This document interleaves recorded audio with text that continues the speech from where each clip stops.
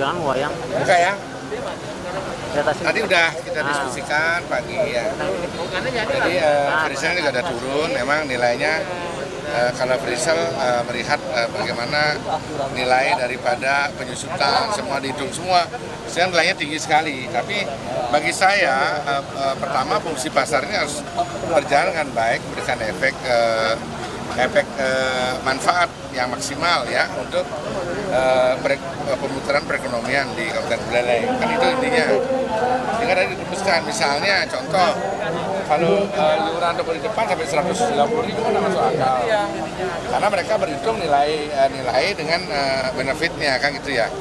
Tapi kalau kita lihat pada permulaan memang ada review nanti tentang peraturan Bupati Buleleng yang setiap 3 tahun sekali boleh melakukan evaluasi. Mungkin akan setahun harganya tidak mahal, tapi tahun depannya kita evaluasi.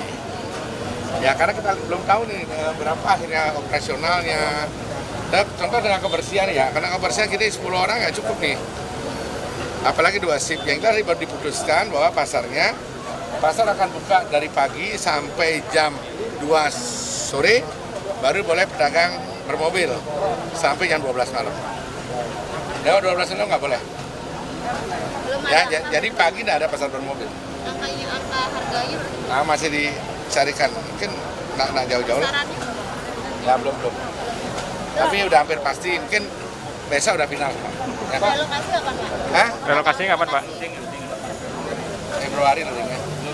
Pak, berarti skema pengelolaannya sudah pasti Pak ya? Penyertaan modal atau kerjasama pemanfaatan? Kerja sama mana?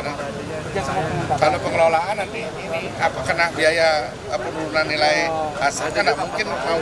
Biaya penyusutannya itu Pak? Ya bagi saya yang terpenting asas manfaat. Oh, asas Pak Ketua juga minta sama saya seperti itu. Ya dia. Berarti segera pedagang lama ditempatkan di sini Pak ya? Segera. Segera ya. Ya. Ya Pak. Kecuali pasar unggasnya aja nggak boleh. Pasar unggas kita lokasi ke Bungkul. Ya udah pasti itu ya. Siap.